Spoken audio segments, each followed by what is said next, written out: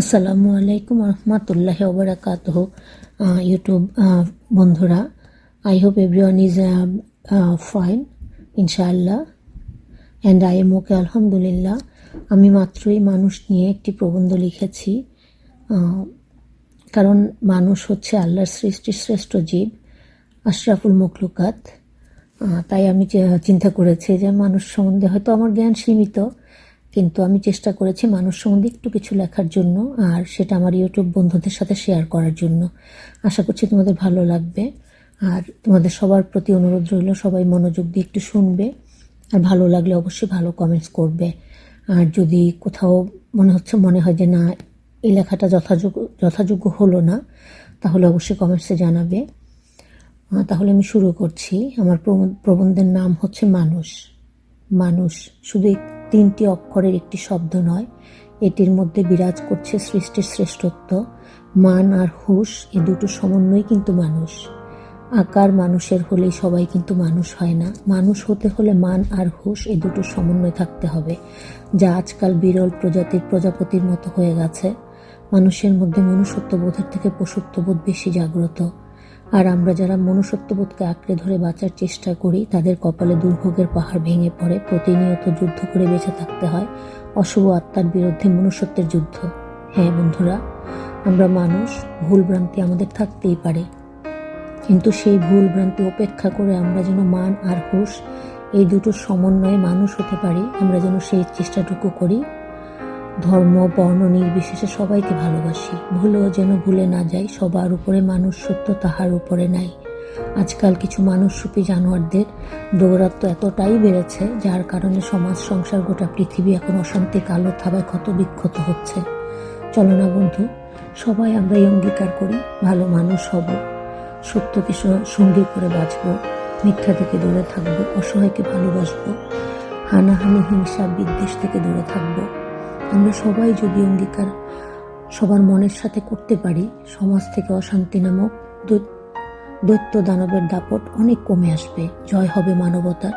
ছোট্ট এই জীবনে খারাপকে উপেক্ষা করে ভালোকে আঁকড়ে ধরে যদি আমরা বাঁচার চেষ্টা করি, তাহলে পুরোপুরি না হোক, অনেকাংশেই মানব জীবনে আসবে শান্তি, থাকবে প্রশান্তির ছোঁয়া। আমার এই মতামতের সাথে সবাই নিশ্চয়ই একমত পোষণ করবে বন্ধুরা।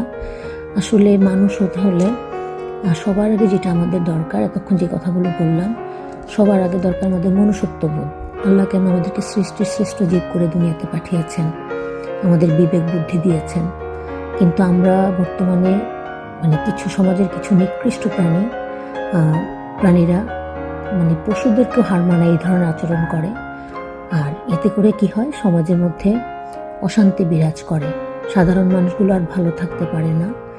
তাই আমরা সবাই যদি মনে মনে এই অঙ্গীকার করি, আবারও সেই কথাটাই বলছি, প্রত্যেকে, আমাদের সবার মধ্যে ভালো মন্দ আছে, কারণ আমরা তো মানুষ, আমাদের মধ্যে ভালো মন্দ থাকবে, কিন্তু আমরা যাতে মন্দটাকে উপেক্ষা করে ভালোগুলোকে সানন্দে বরণ করে ভালো মানুষ হতে পারি, এই চেষ্টাটুকু যদি আমাদের সবার মধ্যে থাকে, পৃথিবী থেকে অশান্তি অনেকাংশে কমে আসবে, আর তখন আমরা একটা শান্তিপূর্ণ পৃথিবী উপহার পাবো। একবার ভাবো তো সবাই, ছোট্ট একটা জীবন, তাই না? এক জীবনে এত খারাপ, এত অশান্তি, এত রাহাজানি, এত হয়রানি, এগুলো করে কি লাভ? এতে করে আরো নিজের শান্তিও নষ্ট হয়, অপরের শান্তি আমরা নষ্ট করি।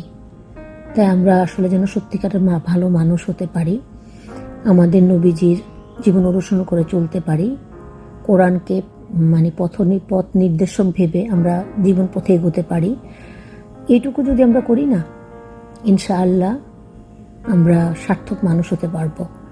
আর বেশি কিছু কিন্তু দরকার নাই, কারণ আমাদের নবীজির জীবনীটা বিভিন্ন ধর্মের লোকরা অনুসরণ করে, আর তার একটাই কারণ, আমাদের নবীজি ছিলেন নিরঙ্কুশ একজন ভালো মানুষ। তিনি সবাইকে ভালোবাসতেন, হয়তো ভুল জিনিসগুলোকে ঘৃণা করতেন, কিন্তু সব মানুষকে তিনি ভালোবাসতেন। আমরা যেন তার সেই ভালো নীতিগুলো অনুসরণ করি। আর আমাদের কোরআন আমাদেরকে অনেক ভালো ভালো শিক্ষা দিয়েছেন। কোরআন যদি আমরা আঁকড়ে ধরি, ইনশাল্লাহ আমাদের ভালোভাবে বেঁচে থাকার জন্য আমি মনে করি অন্তত এই দুটোই ইনশাল্লাহ 100% সঠিক পথ। জানি না কতজন আমার সাথে একমত হবে, তবে আমি এটা বিশ্বাস করি এবং বিশ্বাস করতে বাধ্য।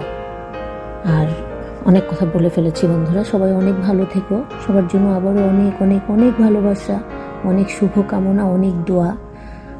আমাদের সবার জন্য সবাই দোয়া করবে।